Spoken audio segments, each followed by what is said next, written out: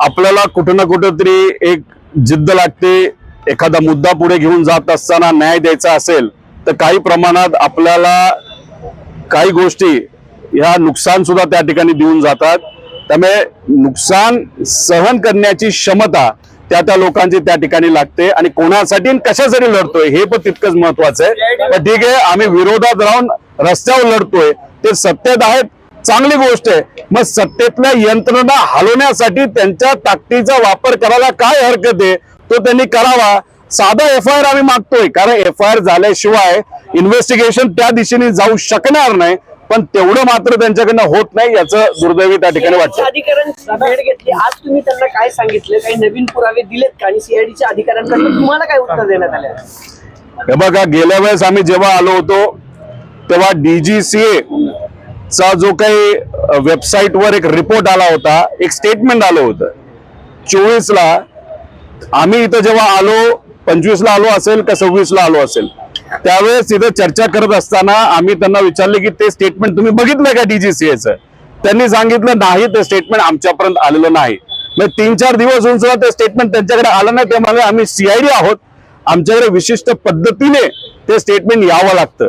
मग आता हा रिपोर्ट सुद्धा वेबसाईटवर टाकलाय, हा रिपोर्ट तुमच्यापर्यंत आमच्यापर्यंत पोहोचलेला आहे। मग आम्ही त्यांना विचारलं तर गेल्या वेळेसचं स्टेटमेंट हे ज्या पद्धतीने त्या DGCA दिलं, AIB दिलं, तसंच हे सुद्धा स्टेटमेंट त्याच पद्धतीने दिलं। तुम्हाला वेगळे काय ईमेल आलंय का की बघा CID हा प्रस्ताव तुम्हाला पाठवलाय, हा प्रिलिमिनरी रिपोर्ट आहे, त्यांनी सांगितलं तसं काही नाही आम्हाला मिळालं, पण आम्ही मागून घेतोय।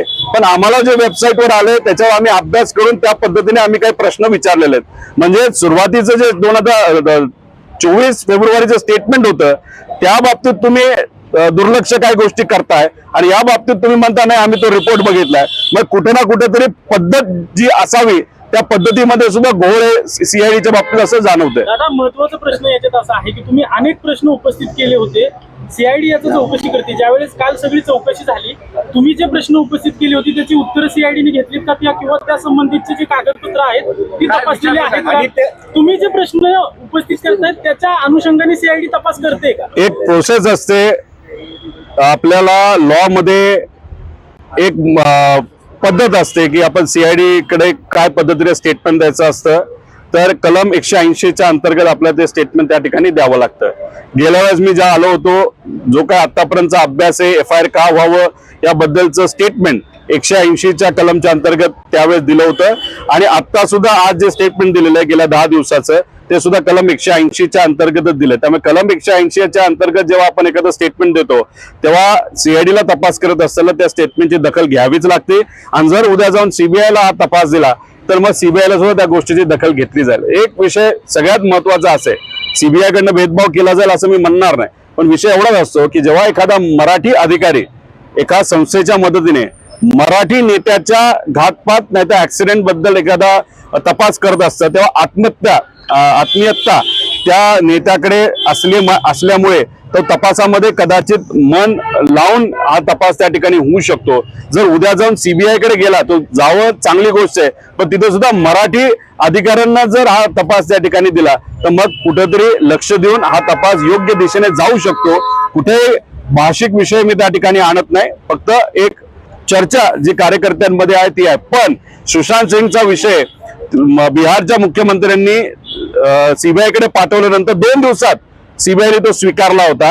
अजितदादांच्या बाबतीत 22 दिवस झालं CBI कडे प्रस्ताव पाठवून, पण अजूनपर्यंत CBIने हा प्रस्ताव स्वीकारलेला नाही। मग दादांच्या बाबतीतच अशा पद्धतीने दुय्यम भूमिका का, असा प्रश्न नक्कीच आम्हाला त्या ठिकाणी पडेल। आणि जेव्हा आम्ही मुद्दा मांडत असतो, जेव्हा आम्ही VSRच्या पाठीमागे कोण, DGCAचे कुठले अधिकारी याच्यामध्ये अडकलेले आहेत, नाहीतर चुकीच्या पद्धतीने वागतात, नाहीतर वागलेले आहेत, ही नावं जेव्हा आम्ही घेत असतो तेव्हा कुठं ना कुठेतरी या लोकांना वाचवण्याचा प्रयत्न इथं केला जातो। नाहीतर VK सिंगला काही नावं माहिती असावीत।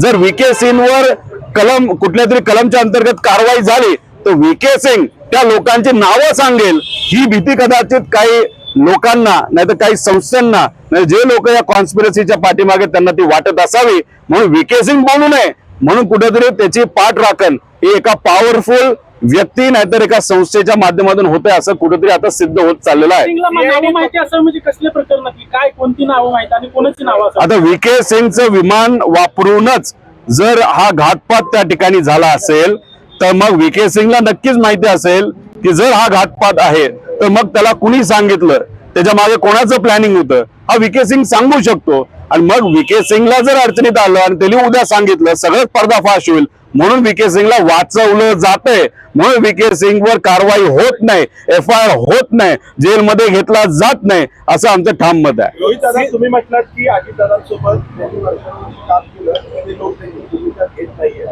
सुनेत्रा वहिनींवरती दबाव आहे का? त्याबद्दल काहीच बोलत नाही. काल परवा आम्हाला असं कळालं की पंतप्रधान साहेबांना त्या व पार जाऊन तिथं भेटणार आहेत, पण मला असं वाटतं की खूप वेळ घालून चालणार नाही. लवकर जाऊन बैठक करणं फार महत्वाचं आहे, कारण की एवढे महत्वाचे आणि मोठे लोक आणि पॉवरफुल लोक जर या कंपनीला वाचवण्याचा प्रयत्न करत असतील तर मग पॉवरफुल लोकांच्या मदतीनेच हा विषय तिकडे मार्गी लागू शकतो. त्यामुळे पंतप्रधान साहेब असतील, त्यानंतर अमित शहाजी असतील, मुख्यमंत्री तर आहेतच इन्व्हॉल्व, दोन्ही उपमुख्यमंत्री आहेतच, पण त्याच्याच बरोबर विरोधी पक्ष नेता म्हणून राहुल गांधीजींना सुद्धा मोठ्या प्रमाणात विश्वासात घ्यायची जरूरत आहे. जी कमिटी आम्ही म्हणतोय त्याचे प्रमुख हे राहुल गांधीजीच तिथे झाले पाहिजे आणि पारदर्शक पद्धतीने या गोष्टी होणं महत्वाचं आहे. आम्हाला घाई याच्यासाठीच आहे, आम्ही पाठपुरावा एवढा वेळ याच्यासाठीच करतोय की कागदपत्राची पूर्तता म्हणजे कागदपत्र जे इनकम्प्लीट आहेत, नाहीतर या सगळ्या जो काही तिथं प्लॅन झाला होता नाहीतर कॉन्स्पिरसी झाली होती त्या सगळ्या गोष्टीला कागदपत्राचा जो जोड द्यावा लागतो ती कागदपत्र आता ऑफिसमध्ये बसून DGCA आणि VSR हे दोघं एकत्रित करतायत आणि ते व्हावं आणि त्यांना वेळ मिळावा म्हणून हा खटाटोप आणि ही एन्क्वायरी पुढे ढकलण्याचा प्रयत्न केला जातो. बोलणं झालंय का त्यांना? तुम्ही अध्यक्षपद राहुल गांधीजींच्या जवळच्या गेल्या वेळेस जेव्हा गेलो होतो तेव्हा आमची भेट झाली होती. त्यांचं मत आलं होतं की 9 तारखेला जेव्हा अधिवेशन पार्लमेंट सुरू होईल त्याच्या आसपास आपण तिथं भेटूया. आता उद्या 7 तारीख आहे, 7, 8, 9 मी स्वतः दिल्ली ते 10 लागलं तर 10ला सुद्धा तिथं आहे. केजरीवाल साहेबांनी उद्याची वेळ दिलेली आहे. त्याच्याच बरोबर आपले SP चे जे प्रमुख आहेत अखिलेश भाई ते सुद्धा आम्हाला वेळ देणार आहेत. आम्ही तृणमूल काँग्रेस पार्टीच्या प्रमुख आमच्या ताई त्यांची सुद्धा वेळ त्या ठिकाणी मागितलेली आहे. आता कशी वेळ मिळेल त्या पद्धतीने तिथं जाऊन त्या लोकांना आम्ही भेटू. जय पवार आवाज उठवतात, जय पवार जय पवारांनी ट्विट देखील केलं. इंस्टाग्रामवर आवाज उठवतात, मात्र पार्थ पवार असतील, सुनेत्रा वहिनी असतील, त्यांनी मौन बाळगलंय. ते सगळ्यांची वेगळी स्टाईल असू शकते. समजा काकी पदावर असल्यामुळे त्यांना काय गोष्टी बोलता येत नसाव्यात. आता पार्थ तसं बघितलं तर कालच खासदार झालेला आहे, त्यामुळे त्याला काय गोष्टी बोलता येत नसतील, पार्टीची जबाबदारी असेल. जय तसा राजकारणात नसल्यामुळे जसं महाराष्ट्रातील सामान्य जनता राजकारणाची काही घेणं देणं नाही, ते प्रेमाने आदराने अजितदादांसाठी त्या ठिकाणी लढतायत. त्यामुळे जय राजकारणात नसल्यामुळे त्याचं मन हे फार तसं साफ असल्यामुळे तो त्या ठिकाणी व्यक्त होत आहे. त्यामुळे सगळेच लोक आपापल्या लेवलला तिथं भूमिका मांडत असतील. काही लोक ओपनली बोलतात, काही लोक बोलू शकत नाही. आम्ही विरोधात असल्यामुळे आम्ही त्या ठिकाणी लढतो आणि आज चुकून आम्ही सत्तेत असलो तरी सत्तेला आम्ही लाथ मारली असती, पण दादाला न्याय देण्यासाठी प्रामाणिकपणे त्या ठिकाणी प्रयत्न केला असता. CID फक्त तपासात वेळ काढूपणा करताय का? प्रगती काही तपासात होताना दिसत नाहीये, याबाबत 100% वेळखाऊपणा तिथं चालू आहे. पूर्वी महिनाभर ते का थांबले? AIBचा रिपोर्ट यावा म्हणून थांबले. आता AIचा रिपोर्ट जो आलाय तो असे फालतू आलेला आहे, चिरकुट आलेला आहे, त्यात काही त्याच्यामध्ये मिळणार नाही. आता त्यांनी एन्क्वायरी सुरू केलेली आहे. आपण एन्क्वायरी करत असताना तो जो रिपोर्ट दिलाय तो रिपोर्टच चुकला आहे असं आमचं मत आहे आणि ते आम्ही स्पष्टपणे मांडलेलं आहे. त्याच्यावर तुम्ही एन्क्वायरी करत असाल आणि परत आम्हाला सांगताय की FIR कधी केला जाईल? जेव्हा फायनल रिपोर्ट येईल. 2023चा रिपोर्ट आतापर्यंत आला नाही तर फायनल रिपोर्ट दादांचा काय 2-3 वर्षांनी तुम्ही आणणार आहात? म्हणजे त्यांची कदाचित भूमिका नाही तर जे लोक या VSRला नाही तर त्या DGCAच्या अधिकाऱ्यांना नाही तर ARROला वाचवतायत कदाचित त्यांचं असं मत असेल की लोक विसरून जातील अजितदादांना, हे प्रकरण विसरून जातील आणि सगळं थंड झाल्यानंतर मग त्या विषयाचं काय करायचे नंतर आपण करू. असं होत नसतं. एकनाथ शिंदे आणि तुमच्या काकींना भेटत म्हणजे सुनेत्रा पवारांना त्यांच्यासोबत काय बोलणं झालं? एकनाथ शिंदे आणि तुमची बैठक म्हणजे तुम्ही 10 ते एकनाथ शिंदे साहेबांशी बोलल्यानंतर त्यांना ह्या विषयाबद्दल बरंच काय माहित होतं. त्यांनी सुद्धा सांगितलं की तू जे काय प्रेस कॉन्फरन्सेस घेतोय ते आमची लोक आणि मी सुद्धा जेव्हा केव्हा वेळ मिळेल तेव्हा ते सगळं लक्ष देऊन आहे. दादांना न्याय मिळाला पाहिजे अशी त्यांची तिथं भूमिका आहे. काकींना भेटल्यानंतर काकींना फक्त आम्ही अपडेट दिलं की काय करणार आहोत, कसं करणार आहोत, कारण बाकी गोष्टी त्यांना तशा माहितीच असतील. आणि मग दिल्लीला उद्यापासून जाणार आहे, दिल्लीला जाऊन नेत्यांना भेटणार आहे असं काकींना तिथं सांगितलं. अशा प्रकारची चर्चा या दोन नेत्यांबरोबर आज झाली. काही दिवसांपूर्वी मुख्यमंत्र्यांबरोबर सुद्धा अशाच पद्धतीने चर्चा झाली. त्याच्याचबरोबर विनंती अशी होती की स्मारक बांधत असताना देवगिरीला ते स्मारक मानण्यात यावं आणि पुणे जिल्ह्याचे अनेक वर्ष पालकमंत्री दादा राहिल्यामुळे इथं जे मोठे 3 मजली रस्ते जे या शहरामध्ये बांधले जातात आणि रिंग रोड याला नाव अजितदादांचं त्या ठिकाणी देण्यात यावं. आमची अपेक्षा होती की आज जेव्हा बजेट सादर केलं जाईल तेव्हा कुठं स्मारक केलं जाणार आहे, कसं केलं जाणार आहे याबद्दल थोडी स्पष्टता पाहिजे होती. आणि या रिंग रोडच्या नावाबद्दल, एअरपोर्टच्या नावाबद्दल काय करणार आहेत हे सुद्धा कुठे ना कुठेतरी त्या ठिकाणी सांगायला पाहिजे होतं असं आम्हाला वाटतं. उभ्या महाराष्ट्राला अजून ते झाड दिसलं नाही, तिथे ऍक्सिडेंट, तिथे विमान आदळलं असं या रिपोर्ट सांगतोय. सीआयडी तर सापडलं की नाही? थातूर मातूर रिपोर्ट आहे. सीआयडीला सुद्धा तेच प्रश्न त्या ठिकाणी पडलेले आहेत. सीआयडीला तेच आम्ही सांगतोय. AIB तिथे येते आणि म्हणते की झाडाला धडकून विमान पडलं. अरे पण त्या हाईटला तिथं झाड होतं का? तिथं जी होती ती सगळी झुडपं होती आणि काही एक झाड नाही. त्यांनी लिहिले अनेक ट्रीज, मेनी ट्रीज, म्हणजे अनेक झाडं तिथं होती.